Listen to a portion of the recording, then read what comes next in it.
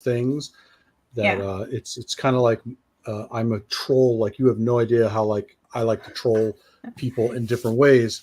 And I one of the do. ways I like to troll people is, and it's funny. It's like I did this when I was collecting Funko too, and like anything that I would collect, like a lot of times when people, I gotta get the thing, I gotta get it, bro.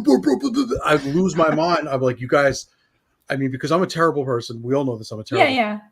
and I don't like the fact that these people were just getting so worked up over nothing, getting so angry. So I would What do did it. you do? It became a game to me where like it's like, oh, Yeah. this could be like 100 pieces. I'm like, I'm gonna go for it. I had to have like 5 papers open, and I went for it. I do not want the things. I think just you should buy be it. like on camera when you bought it with a Sharpie and just mark the face. Yeah. Yeah, I should. And then like I don't have to win. I don't You even just I don't even want the thing. I just It's a want to make game. sure you don't have it. Yeah. Yeah, for me it's a video game, and I win it. And then I see all the angry comments, and I'm like, Yeah. And I take my steak out, and I like pour the it's delicious. And then I would literally give things away. I would have them. I would just give them to my friends. Just people who don't even collect and don't care. Give them to kids. They don't care. Yeah, kids. Like little kids, like your kid go crazy. Yeah, no, I'll give it to my niece and have a so yeah, that's like one of my favorite things to do. It's like when I see adults acting like children over things like that, like absolutely losing their minds, I have to make it worse. I actually actively make it worse.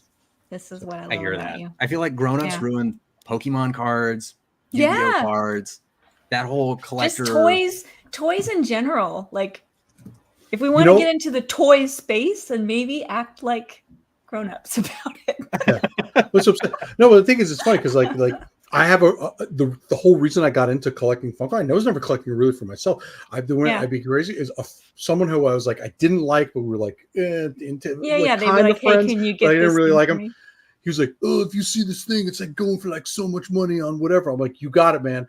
And it was like a 7-Eleven exclusive Funko Pop. I went to every 7-Eleven I could. I bought all of them, and I was just giving them away to people. To other people. I hope you were showing him. Flip it. Yes. Oh, I told him. Yeah. No, I told him. I was like, yeah, no, I bought them all. Oh, you know that one you really wanted? Yeah, Sharon has it on her thing, or like you know, Lydia has it in her whatever. No, listen. That the thing is, we got to remember that they're toys and they're supposed to be fun, and we're supposed to be having fun with them, and we're not supposed to be losing our minds over it. So yeah. So if you're out there and you missed out on any toy that you wanted recently, and you wonder who has it, it's probably I have it, and I'm going to give it to a 6-year-old kid. So we'll link his cold open. Surely you can get a nice discount on it. No, I don't want anyone to have it unless they don't want it. Those are the people that I want to have it. So just walk up to people on the street. There you go. So hey everybody. Well, hey everyone. What's going on?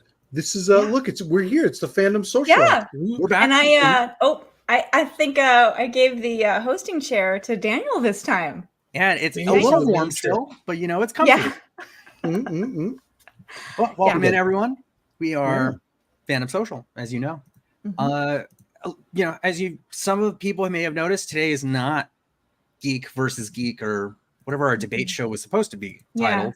We're still workshopping it. We're kind of figuring things out. We're getting the flow of every episode is that, really. So it seems redundant.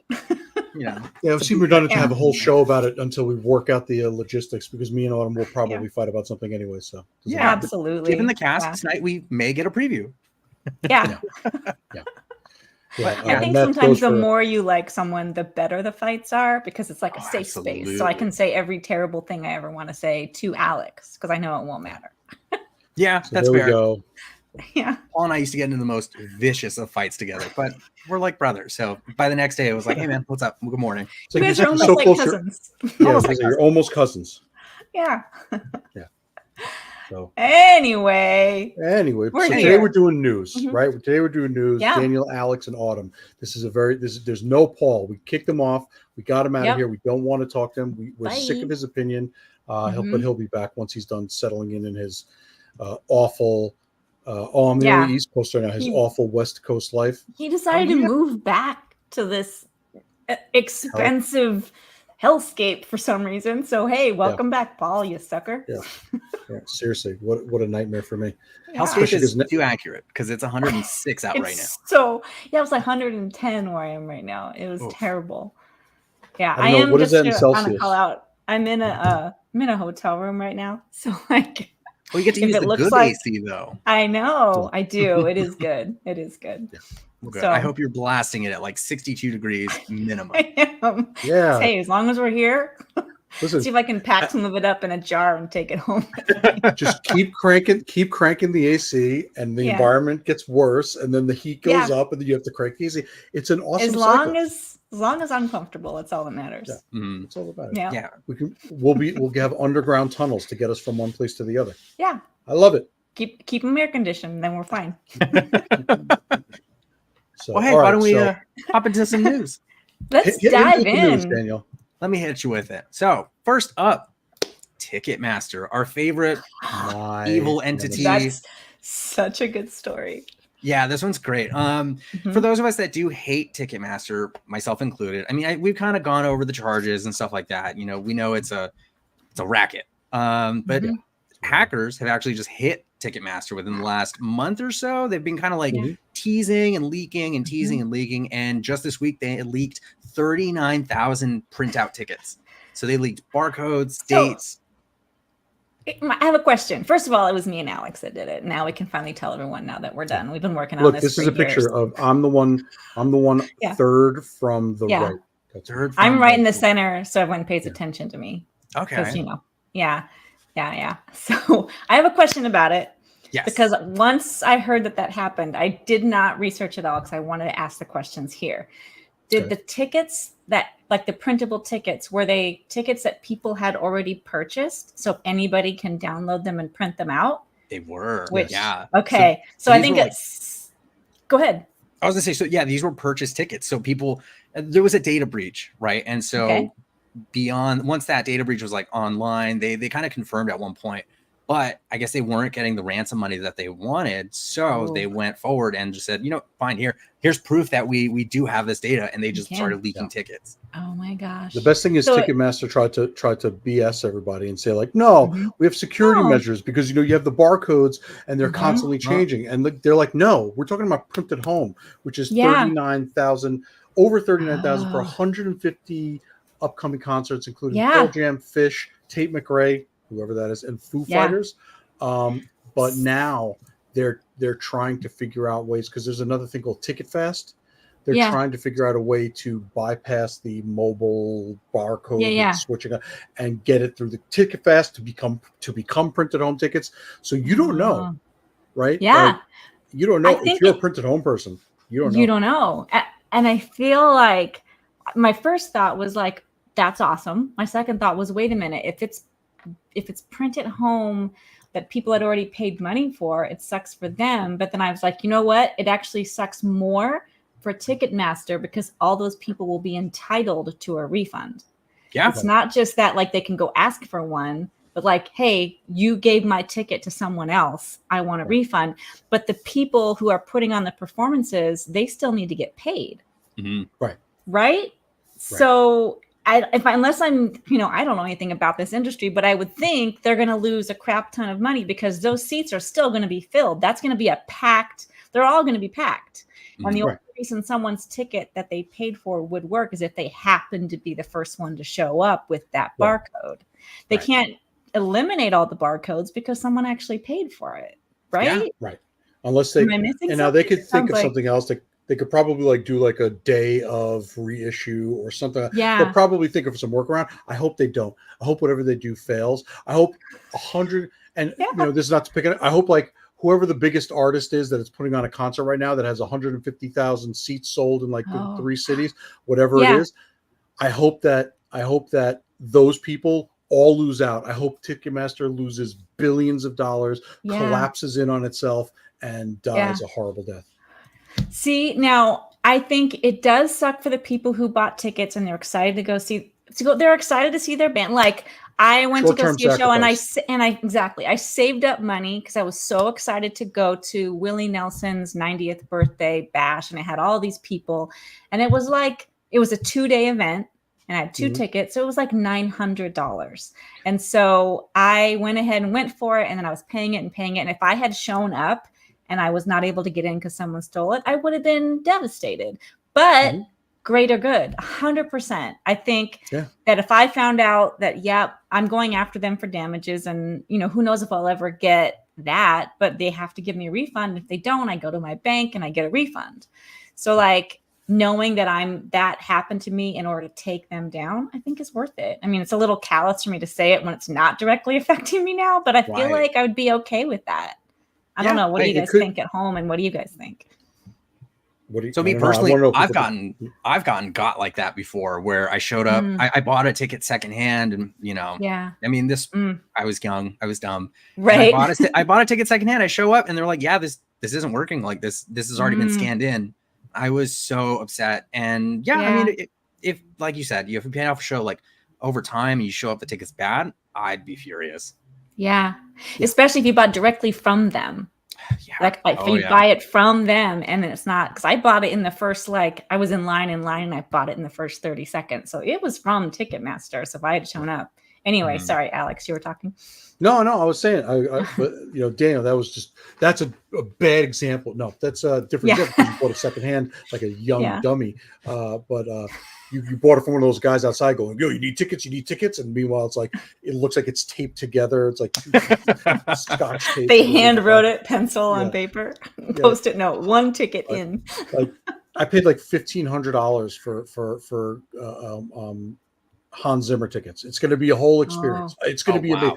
Going to be great. 3 days sold out. Emerald.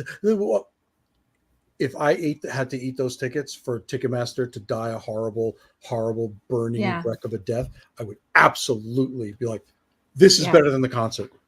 Block this guy. I don't know who he is. Block him. Yeah, we don't appreciate this kind of attitude here on Fandom Social. No. It's positivity only. I think from everybody who's watching at home, if it was your ticket, your money that you had paid for, and you showed up and it was no good because of this, would you feel altruistic enough to say, hey, greater good, or would you just be irate and mad at the hackers? That's my question. Yeah. Me personally, like Alex said, I really hope that Ticketmaster suffers for this. I hope they're forced to, I don't know what we can do, but I hope they're forced to pay damages, pay back, I don't know, some class action. Yeah. Especially because now there's proof that there was the data leak. So class action lawsuit for that. And then lawsuit for the tickets that they sold that aren't going to get used, and but there's also still going to be a sold out crowd. There's already a class action suit happening because of the ticket fees, all the hidden crazy ticket fees. Yeah. Mm-hmm. One comment, said I'd be devastated. Hold on, and would go after Ticketmaster for sure. Would you be mad at the hackers though? My question is kind of. Would that upset you? Because there's people that chose to do that. But it was to get Ticketmaster. So I would donate, be mad at the hackers. I would donate 10% of whatever Ticketmaster. You're going to tithe. You're going to tithe them. I would give it to the hackers. I would literally be like, yo, what's your Venmo or Bitcoin? What's your Venmo? What's your Venmo? Because if it's like, let's say my $1,500 worth of tickets and they had to give me damages, so they gave me $1,700. I would give them $200. I would give them my damages. Just be like a tip. Keep doing it. Here you go. Worth it. Yeah, you did great. Thank you. She said hackers doing the good work. Yep, 100%. Ticketmaster needs to go down. And this is the thing, is this is what I wish hackers would do, is always go after that. Don't go after 23andMe and then leak people's personal medical data so you could do. That's terrible. Do this thing and destroy these terrible people. These student debt, these big companies. Medical loans, medical debt, stuff like that. That's where I would go first. Yeah, get rid of that. I know you guys can do it. Come on. Surely it's just a delete key somewhere. It would be, because I've got my student debt from when I went back to school, and then I've got 4 kids' college student debt that's going all onto mine right now. So I'm like, come on, hackers. I will give you 10% of what I was gonna pay. And that's a hefty 2 hours. It's still a lot. Doing research. It's still tens of thousands. I'm trying to think. I think I did 2 hours worth of research just studying medical debt and those debt forgiveness things that they do, and how much it would cost to get rid of every single dollar of outstanding medical debt, it was less than like Jeff Bezos makes in a year. He could do it in an hour. He could just pick up the phone and be like, "Yo, clear the debt, buy all the debt." No, he wouldn't even make a dent. I mean, there's a lot of celebrities that could do that. I feel like Oprah could do that, no problem. Just wipe it all out. Yeah, that's why I don't like any of these celebrities. That's why I'm such a nihilist about it, because I'm like, you know what, they say that, and they go and they post their hashtags and they have their pictures and they're like, oh, I'm sharing this and I'm so that you could really help. You could solve it. Yeah, you could solve it. Right nothing upsets me more is when like a big celebrity posts a GoFundMe for someone. Yeah, up yours for real. Dude, like it's 10. Let's say it's 10 grand for something, right? You know that celebrity's got it. That's chump change, probably. It's like me having a video saying, you gotta check guys spend $10 to feed these children, and it's my own children, and I'm holding a sandwich. You know what I mean? It's like, come on. Yeah, there was on Last Week Tonight, that show. What's his name? John Oliver. John Oliver. Thank you, John Oliver. There was an episode he did about medical debt, and the show used some of their budget, bought a bunch of it, and then I remember they gave it all. We'll have to see if we can link it, but I remember there was a site where you can donate directly to people's medical debt relief. Yeah. Yeah. But once again, like I'll do it, but I have my own debt. Why aren't people who wouldn't affect them at all? Yeah. Like all these people who are doing these movies where they're getting millions of dollars for every movie, maybe do one of the movies for not yourself. You already have all the money. All the money's already lawyers go pro bono. We all know, how we feel about lawyers. They do a pro bono movie, buy out a bunch of student loan debt, medical debt, clear it out, and then have every like third or fourth movie be your pro bono movie. Because they'd rather do a movie about how much raising awareness. They'd rather raise awareness on their Instagram stories and do a movie, get paid $2 million or $3 million or $15 million to do a movie, so they get an Oscar for saying like, oh, I'm doing this story about this whole group of people who are suffering because they can't get a leg up because they're always in debt. You just do it, just pay it off. Sorry, raising awareness is another name for not doing anything. Agreed. But I was thinking the other day, because like a lot of the kids, my kids, student loan debts are coming on as parent loans, right? So there's an actual very small amount that are going on their shoulders. And I'm fine with that because I went and renegotiated so I could have like a low monthly payment. And as long as I never go back and try to refinance and my income doesn't get recorded, I'll never pay off that debt. It'll never happen. I'll die with that debt still there. So like, okay, like I'll pay, I think it's like $400 a month I pay. So it's like, I'll pay $400 for the rest of my life. It'll never get down to zero. Instead of burdening the kids with it and having it the rest of their life, I'm not gonna, I'll be gone and it'll be gone. So I think if death is the solution, I think we need another solution. That's what I'm saying. 100%. And we're seeing that too often, like those interest rates are crazy and predatory. They're insane. And you never even get the principal paid off. Anyway, pop culture news. Pop culture news. I mean, we're talking about celebrities being terrible.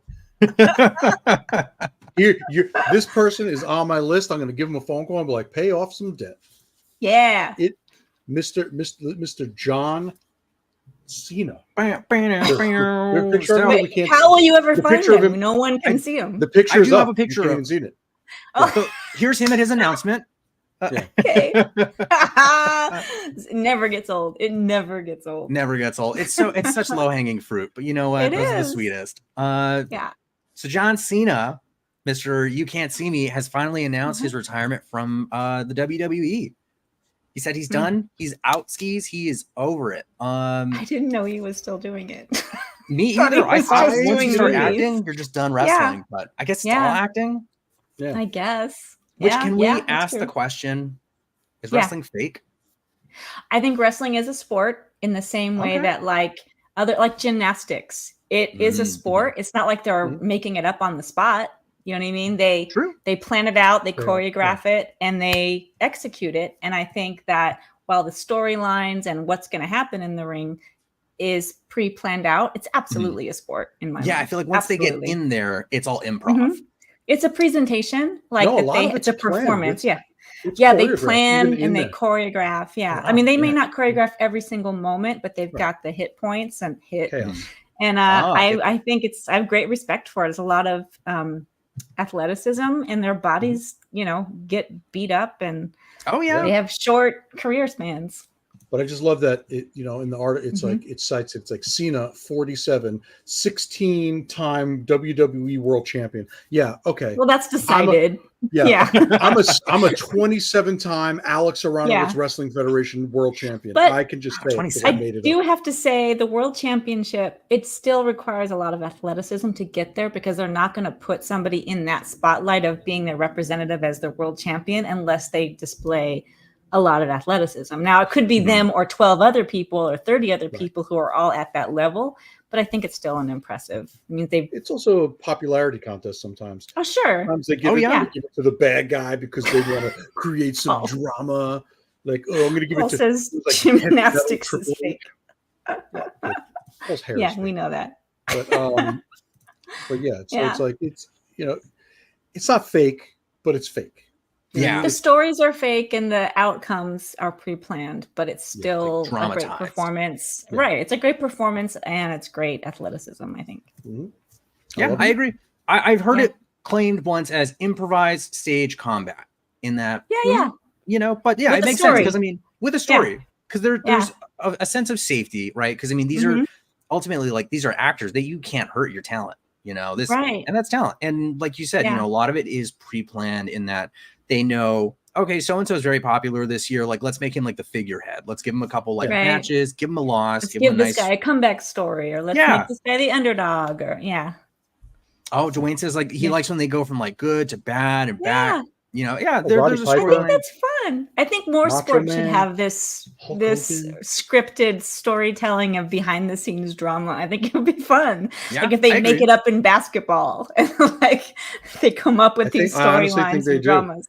I know they do. It's live and they don't get a take two. Yeah, that's true.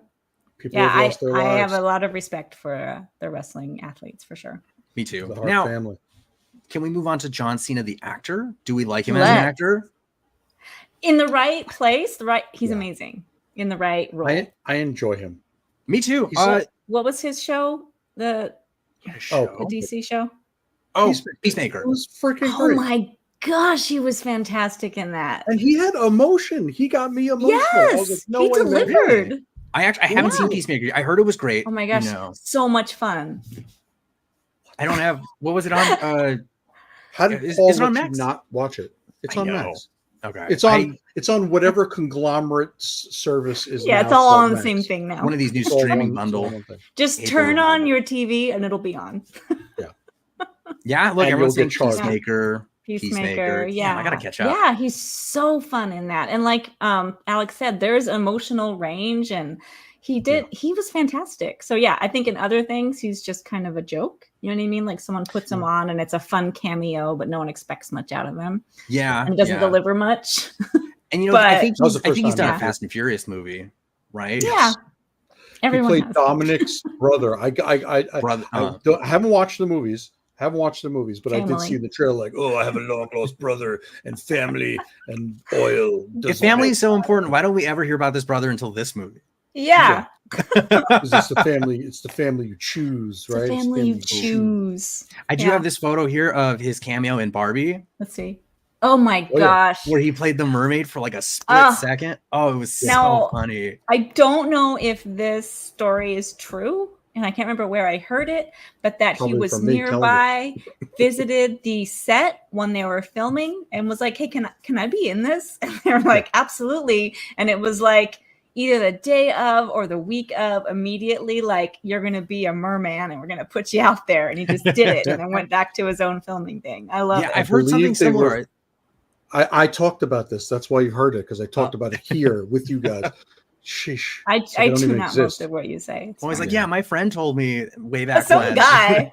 I don't know. Some loser was telling me about this. Yeah, it was but yeah, he was on the lot. I think it was for Fast and the Furious. Yeah. I'm sure I'll get corrected. I'm pretty sure. Oh yeah, Fast and Furious. But and yeah, he got just asked to do it. I love him. Yeah. Oh, Trainwreck. He was great in Oh Trainwreck. yeah, He was so much I didn't fun. get to see it. Oh, I didn't know this. He holds the world record for Make-A-Wish. Good for him. Wow. I wonder, like visits or like donations for making wishes. Making He's wishes. just made more wishes than anyone else. I think either when somebody has a Make-A-Wish to meet him, he makes that happen, or he may also be donating to it. I don't know, but whatever it is, he's been dedicated to it. He also holds the record for wrestlers turned actors that apologized to the Chinese government for referring to Taiwan as its own country. He sure did. In like almost perfect Mandarin too. Oh, maybe not perfect. I'm no judge of that. Very weird, very uncomfortable, and very like, oh my God, I can't believe he's doing this. Okay, so it's clarified. It was for the most visits, like the most amount of kids that he visited. See, he's charitable. He's hot. Yeah. What else? It seems like it means he makes time, and I think that is valuable. That's amazing. So, yeah, I mean, you can totally see someone's ego get into their head, and you know, they're like, no, I'm too good for that. I'm not gonna do the kid thing. But good for him. I'll take it. All right. Put him on the good list. In general, very, very positive vibes about John Cena. He's definitely not a bad guy. By the way, I am also the #1 Make-A-Wish for wishes to not see me. I have granted.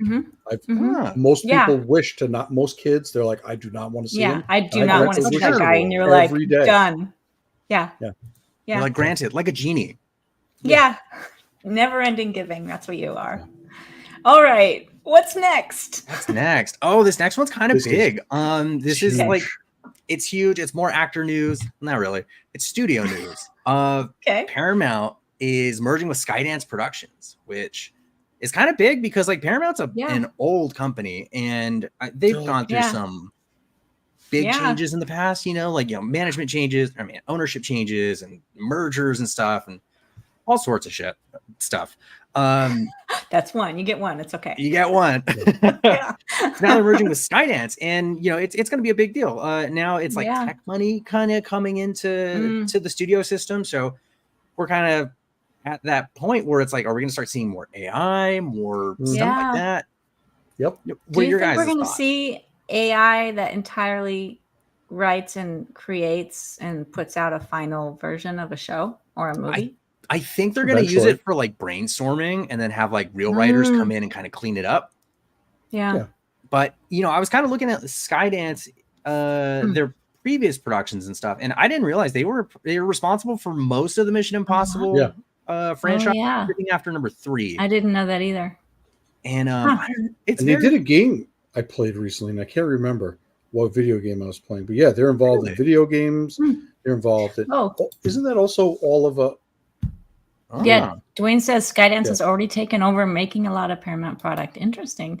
I think it's only a matter of time before it's what's that from WALL-E, the giant corporation in the movie WALL-E. By and large, like by and large, yeah, we're that close to by and large being our, at least with our entertainment. Yeah.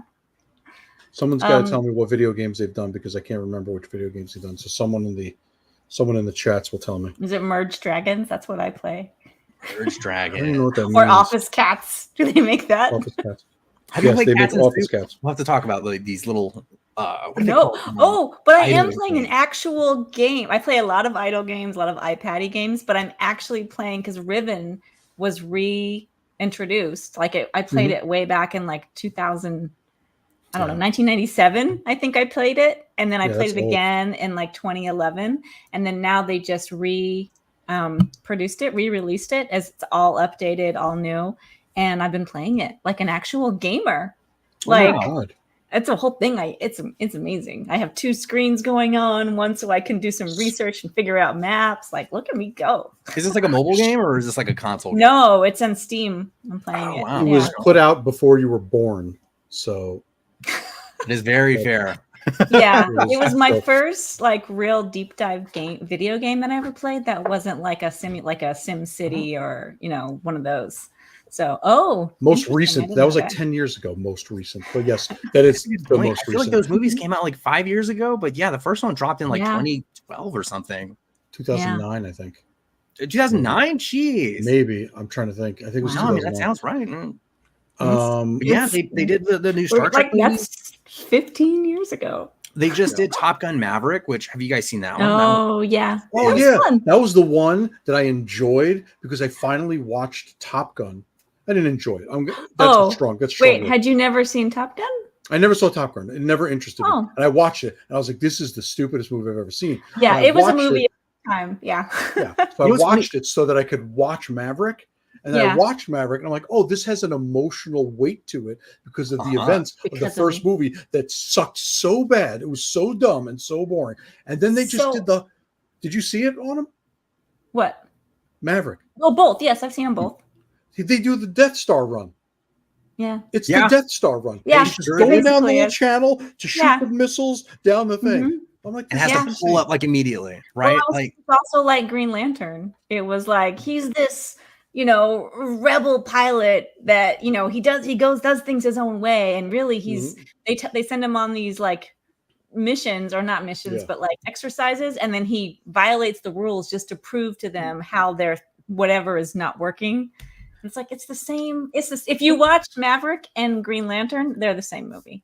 Yeah, but I mean, like, I don't want to have to suffer through Green Lantern again, but I will to make the comparison. But you got to remember that was his character also in Top Gun, which was from the 80s. Yeah, for sure. Yeah. But like, anyway, I'm not going to go into it more because I'm sure we have more news. But just, we watched Green Lantern. I watched it because I was on another podcast show called Bald Guys and Bad Movies, and we decided to do Green Lantern. And I had just seen Maverick. And so I was like, I hadn't seen Green Lantern in so long, but then when I watched it again, I'm like, they're the same movie. They're the same. It's very fair. We should do an episode where we do movies that are kind of whatever that is. Are you threatening us? That are kind of like lions and monsters. So for Pete and Dwayne, these are good choices that you're making. Yeah, no one's gonna fault you that, Dwayne. I do like the idea. I know where he was going. 2 movies that are similar or that are recycling the same plot. And let's I'm gonna, there we go. He's still back there. Hold on. I can see him backstage. He's just backstage like this. I love it. But yeah, so I think we should spotlight just him the rest of the time. I probably could do that. Hold on. Let's see. Let's just. He's ready? Gone. Oh, he's gone. It's all blacked out. All right. All right. So, John says, "Is Daniel doing cats?" Yes. So let's see. Let's finish the details on this real quick. Okay. So it's going to be a 2-part transaction. Skydance is buying out Shari Redstone's National Amusements Inc.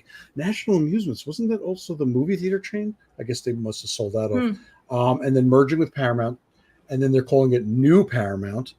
So is it like New Paramount? What? And then there's the New Paramount Plus rebranding I've ever heard in my life. And then $6 billion of the money to fund the deal is coming from the family of Oracle, and this is where Daniel's bringing up big tech. Oracle Systems founder Larry Ellison, and $2 billion is coming from Jerry. He could buy out all of the medical debt and student loan debt. It sounds like instead of this.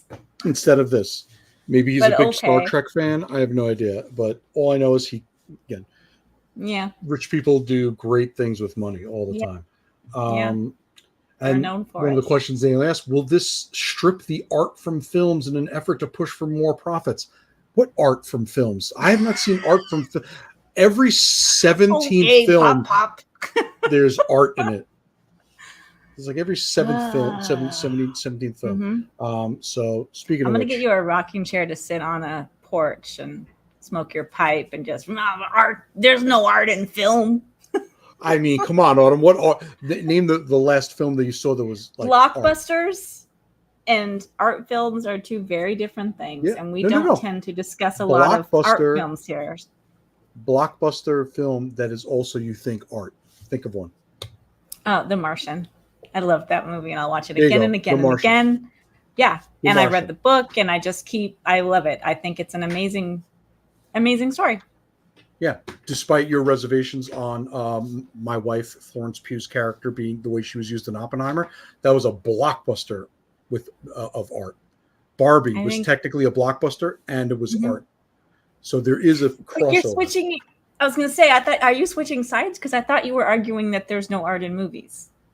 Or did I said misunderstand? I said every 17th movie. Gotcha. Okay, so we were just two of them happened to happen at the same time. Right. But I'm saying is like, so you'll see a movie that you're like, wow, this is an amazing movie. This is huge. And then you see Top Gun Maverick. Then you see Top Gun Maverick, which is a blockbuster. You're just like, but it was fun. Yeah. It was fun to watch when I was watching a Death Star run in jet planes, but whatever. I mean, monster truck rallies are fun to watch too. So like they have their value. These popcorn movies, they have their value. They're entertaining. And let me tell you, it wasn't Transformers, because Transformers is a popcorn blockbuster that is so bad that that I'm still traumatized. The first one was fun. The first one was popcorn nonsense, and the rest of it was just garbage nonsense. So different. There's sometimes it goes too far. All right, what do we got? So this is kind of like not the most exciting news, but it is interesting, especially for someone who. It's a piece of news that, especially for someone who frequented 7-Elevens when I worked overnight, Look who's this back. is a staple. Look who's What's back. up, Daniel? Back again. Cats. Redbox. Boom. Let's bring this up. Oh my god. Let's do it. Richard Petruski, a lawyer for Chicken Soup. Sorry. This may be the bigger surprise. Chicken Soup for the Soul, like as an enterprise, owns Redbox. Yeah. No. Chicken Soup was old Redbox. But he said in a hearing that the situation was heartbreaking, and the team of lawyers and executive worked day and night to find a solution because Redbox owner is liquidating Redbox Chapter 7 bankrupt because of Chapter 7 bankruptcy. I didn't know it was still a thing. I vaguely remember seeing it in front of a grocery store. Yeah. That's what I'm saying. Like, I used to go to 7-Elevens every night, and I used to be out there drinking my coffee, and they were just like, you lean on the Redbox machine. Have they always been the same entity? Like, I didn't know Chicken Soup for the Soul was a powerhouse that could own a conglomerate. Listen, that's a lot of chicken soup. That's a lot of souls. Oh my gosh. Yeah. And there's so many like offshoots of Chicken Soup for the Soul. But I would. It just goes to show every wholesome brand has an evil corporation behind it. Crackle is part of that too, apparently. Oh wow! Sold enough to be so powerful that they, I mean, it's just Redbox that they own, but like, did they? I don't know. But they own Crackle. They own other things. I'm shocked. Yeah. If you had told me that like Captain Underpants series owned like Jiffy Lube, that's how I feel right now. I'm like, wait, what? That's the shocking part, not the bankruptcy, but the fact that they own. The fact that they were ever a thing in the first place. I'm like, bankruptcy seems like it should have happened a long time ago. Doing the research, the news is that they just now finally went bankrupt. That's the news. It's finally. It's finally happened. Also, what's amusing is that not amusing. Interesting is they said the conclusion was reached that employees would need to be let go. I didn't know they had employees. I thought they just literally had the red boxes. There's a person inside each. Yeah. It's like R2D2. Writing the Chicken Soup for the Soul stories. He's got a Rolodex in there. Write at least one to get out. Well, 24,000 Redbox kiosks. That's how many there are. 24. What are they going to do with them? Like, I feel like there used to be phone booths, and when we got rid of all those, then they turned them into Redbox. Where did all the phone booths go? Right. I think they got turned into Redbox. And now those are going to turn into those Amazon you can get, where you go pick up. Yeah. Yeah. And my 7-Elevens all have those already. So I don't know what they're going to do with that Redbox spot. Just put a chair there or something that I can lean on. That's literally all you needed. Yeah, just a place to sit. A place to sit. That's all we ask for. Yeah. Wow. And so while I'm sitting on the chair streaming from anything else than using Redbox. Yeah. So it's like make the chair out of DVDs. Like repurpose the DVDs to like build the book throne. You ever see the book throne that people made? Like they make like book thrones, like a book. Yeah. Oh yeah. See how cool that is. So cool. So now this is this the end of physical media? Is the question. I feel like physical media. That's one of your questions that you asked. It'll always have a home with Trip from a previous company that I worked for. He was a big fan of the physical media. So I think he'll always have it at his house. But other than that, I don't know. I had an old coworker who collected every steelbook he could get his hands on. for the reason that like a lot of the streaming services will make changes, right? So I kind of noted it in Buffy. They showed it in the widescreen format, and like you could see crew members on the side. And, you could tell the remaster is terrible. Mm-hmm. So I got rid of all my DVDs except Buffy, Angel, the pirate movie. The pirate movie. Yeah, everything else is gone. Yeah, I killed them, get all of them. We did a purge recently too, and I mean, we always had DVDs, but they were literally in a box, just kind of collecting dust. So we're like, we don't need these. But I always had them on a big shelf. My kids got so mad when I got rid of the DVDs. I'm like, these are all just cartoons, and they were so mad. Like my kids are 18 to 25, and when they found out I got rid of the entire VeggieTales collection, they were genuinely mad at me. The box set. Like, how could you get rid of our VeggieTales? Literally their childhood, you know? Yes. Yeah. So, I think I actually made a mistake, but I want to know who still has laser discs. Well, I own physical medias, which I don't have to play with streaming service. You can get the DVDs pretty cheap now, yeah. And I actually ordered a like $75 version of both Tank Girl and Masters of the Universe. Both movies that are, I mean, they're not great movies. I mean, but you're not going to find them. Not going to find them anywhere. Yeah. And I want to watch Frank Langella like chew up the scenery. You know what I mean? Yeah. John says, I'll keep collecting physical media for as long as I can get it. Streaming services can take things down at any time. Yes. That's true. Mm-hmm. Oh, Granny Grizz, my mom's boyfriend has laser discs. Do you remember the Titanic one? You had to stop midway through and replace the disc for the next one. I know you had to do it with VHS. It was like a Paul's dad. It was like a 2 VHS set. Yeah. I know, like they had discs like that too. Yeah. Because it was so long. And then I really a collector's item obviously is the original Star Wars trilogy, because it's one of the best viewing formats before it got ruined. Before George Lucas had to constantly touch it and touch it and touch it and touch it and touch it. And there's no high definition version. The closest version you can get is the Laserdisc, because even when they finally released the un-Lucasified version that he released, he's like, oh yeah, I'll release it. It wasn't remastered. It was like this. It was totally garbage. You couldn't even watch it. It was terrible. He did it on purpose. So, Steve Nara says, I have a DVD burn of the Laserdisc, so I'm good without them. See? Pete says, I have the original trilogy on VHS. I mean, Daniel, maybe this isn't something that's as as close to your heart as it is for us old timers, but when he came out with the prequels, and then he remastered the originals, it was supposed to be this great thing because he went in and added, now that technology had caught up with what he wanted. Like, I got the idea of why he wanted to do it. Technology had caught up with some of his imagination that he wanted to do, but he trashed it. It was terrible. I've seen like the comparison videos and he's put in like CGI creatures like where they weren't needed. Yeah. Jabba the Hutt, and I'm using my one. I'm using my one. You can. Jabba the Hutt looked like an actual piece of shit with face, with eyes. Yes. That's what he looked like. You look like Mike. So you look bad. like your cat just squeezed him out on camera. And it wouldn't be, again, we're going into Star Wars trauma. It wouldn't be so bad if he had allowed you to still get, if he had said, if you were like, oh my God, it's out on DVD, let me get rid of my video. If you had the option. So like, when people are like, oh, they're destroying my childhood. No, they're not destroying it. No, because there's the originals there. Yeah, in 90% of cases, when they make a new He-Man movie, you can still go back and watch the old one. Anytime you want. Your childhood is still intact. With Star Wars, George Lucas literally said I'm going to destroy it by making it completely unavailable in high definition. Like he just ruins it.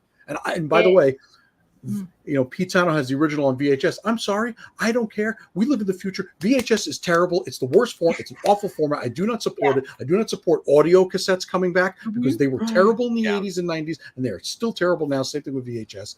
But especially, I feel like they're more susceptible to like wear and tear. Yes. Hold on. Pete says I do have the DVDs that had the original trilogy. Okay. But Those are there's the ones that like, no, those are the ones I told you. They're like the format's all wrong, and it's not. Yeah. It's the grainy as hell. It's like he added extra grain. It's damaging to our souls. Like it's hurtful. Yeah. Like it caused us damage. So like that was ruining the childhood a little bit because it's like this. Anyway, yeah. Do we have other pop culture news? We can talk about this for an hour. so back to that. There we go. Wait, they're gone. Redbox is dead. I didn't know they were still alive. So R.I.P. Redbox. R.I.P. Redbox. Mm-hmm. And that was all that we had. That was all for this week. Big stories. Well, then let's talk about Star Wars some more. Yeah, we could. We totally could. Yeah. I think this is a good chance to like plug something like Plex Media Server, right? Something where you kind of control the media that you got. It's like your own streaming service. It's a bit of setup, but you know it is worth it. I mean that's what we do. You know, we'll borrow and rip DVDs here and there. Rip DVDs. You know, we're not condoning anything, of course. No, we just have heard that people. We're gonna have a CD burning party. Yeah.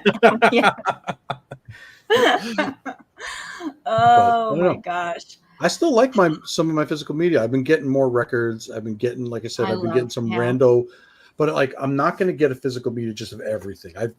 Right.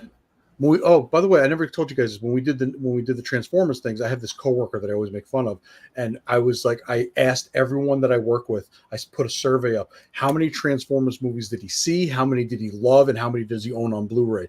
And I guessed it right because I knew that once he had a kid, he stopped at the last two. But he owned every freaking other Transformer. He's the person who buys literally every movie. Like whatever. But until he had kids, but like it's got to be special if I'm going to buy. Yeah. You know, it's got to be something that's like close to my heart or something. You know, if I'm going to shell out the money for like a steelbook, like I don't have a shelf to display them or store them. Like they're going to end up in a box. Yeah. I don't even go for DVDs anymore, even if I love the movie. But I did go back to collecting vinyl just because of the nostalgia of it.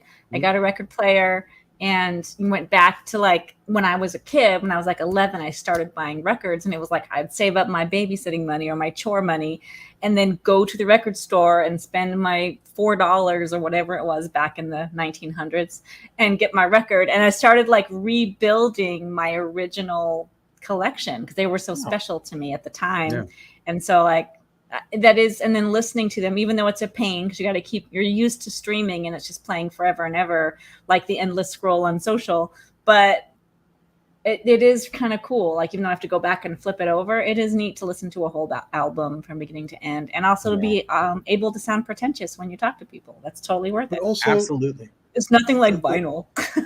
you know, and listen, vinyl does sound good, especially when people. Again, I'm bringing it back because people are buying cassette tapes again, and it's very upsetting. That I'm very upset. I can't get on that train at all because they wear out, like you're saying. But we were there. I was there for it. To it. Yeah, you know what I mean. And I know how bad it was. It was a bad time for music, but it was just so much more convenient when you're driving a car. Once they invented CDs, that no more tapes.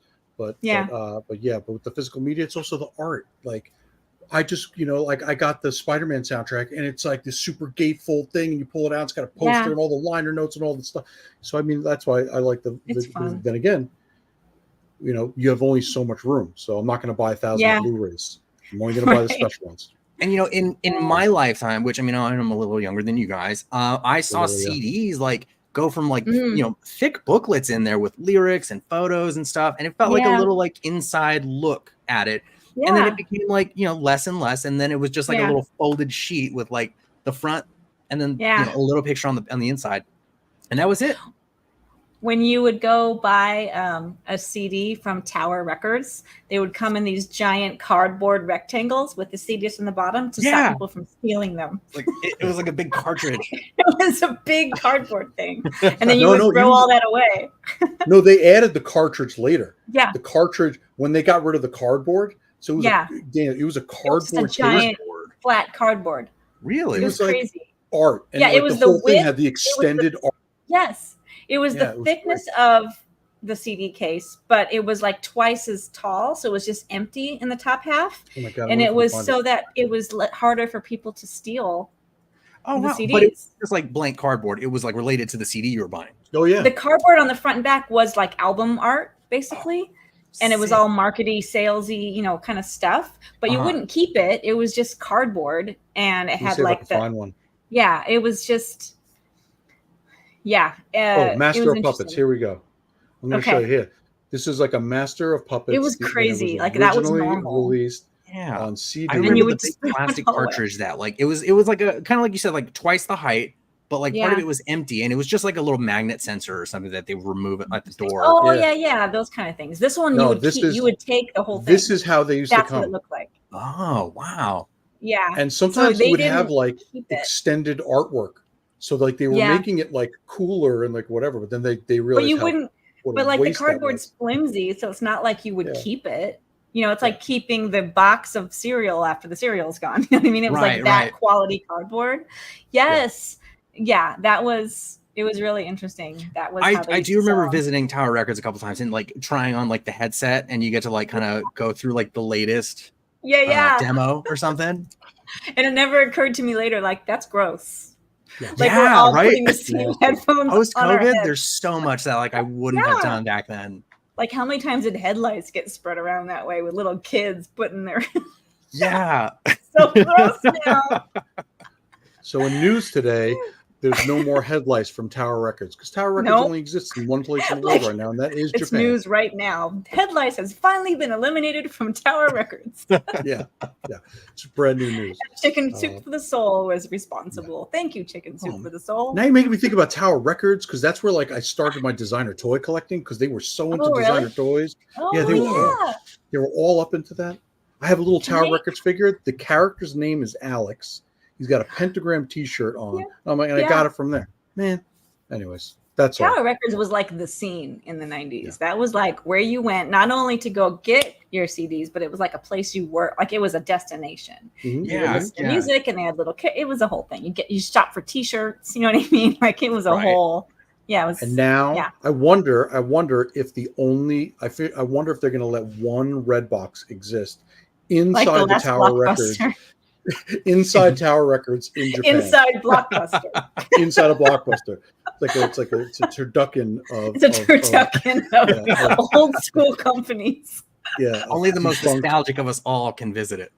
I think that's the best possible place to end the show, of turducken of Redbox, Blockbuster, and Tower Records. Yeah. We'd love to see it. We'll see if they can put up a Redbox in Alaska. Yeah.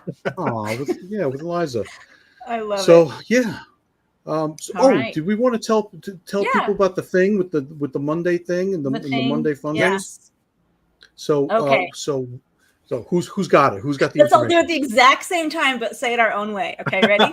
1, 2, 3. So we're changing the show starting in August. Starting in August.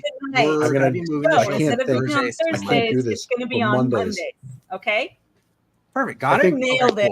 There's going to be a quiz, so we hope you guys really retain that. Yeah. Hey, it's my friend Bald Guys in Bad Movies. Hi, guys. Yes, the last blockbuster on Earth. Mm-hmm. Mm-hmm. I agree. So Dan, you want? I'm gonna be quiet and see if Autumn can be quiet while you. Steve got that. Oh, you got it? Oh, yes. Yeah, Steve got it. Okay. So yes, starting in August, we are going to be switching to Monday nights because of reasons having to do with Paul being selfish. Yeah. So if you don't like it, all complaints go to Paul at paulisselfish.com. Yeah.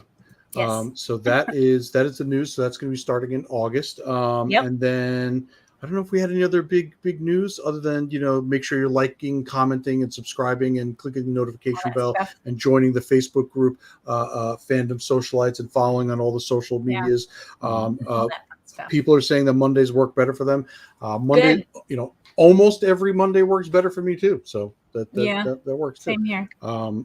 I love it because now I can start going to movies on Thursdays again. Yeah. Now Terry can start watching our show because we're not at the same time as him anymore. I know. Terry, we better see you Monday night. No excuse. I miss Terry's face. Yeah. So that's it. Bald Guys has a question. More importantly, how is Paul's hair? That's where he's at right now, getting his annual maintenance. The refurbishment. It takes the care. Resculpting. So, yeah, exactly. He's adding resin bits to it now just to make it hold better. Yeah. Oh, his show is on Saturday. Okay. Oh, There you okay. Never mind. I All thought right. we shared it at night. We share it with somebody. I can't remember who. Anyway, I also Hmm. want to call out that I said earlier in this episode that I did an episode with Bald Guys and Bad Movies about Green Lantern, and now here they are. And I just think maybe they have like a Google alert set up if someone says their name. You totally yeah. manifested it. You brought that. Yeah, because like, when was the last time I mentioned that we did a Green Lantern episode with these guys? Pretty funny. Good point. Yeah. Mm-hmm. We're gonna have him back on anyway. again. Yeah, we definfinely got to have him back on and talk about Maverick this time. Yes. Oh, God. Yeah. We can talk the comparison. So we'll bad. get into it. We'll do some brainstorming. Yeah. We could do a All shot right, by shot everybody. comparison to So Star Wars. bad. It holds up. All right, Thank you, everyone. guys. Yeah, thanks so much. We'll see you for now because it's still July. We'll see you Yeah. at same fandom time, same social Same. channel. All that. And So do we still have a catchphrase? Because I can't say anything that says like being like cool what you about being- like, love what you love, and don't be a Paul about it. I thought it was Live, love laugh. what you like, laugh what you wait. What is it? Yeah, live what you laugh what you love, and don't be a Paul about it. Nailed like- it. Is that what it is? I don't know. Because if it's Workshop. positive, I can't say it. I don't know how to say positive things. Only anger. I have our new sign off phrase. Ready? Okay, bye. Okay, bye. Bye. Bye. All right. Bye, everyone. All right. We're really Is it gonna over? go now. Yes. Bye. Bye, guys. We really gotta go. We really gotta Wait. go. For real. I just want to leave. Can you just let me out of this Can we just walk torture away? prison? I just want to go home.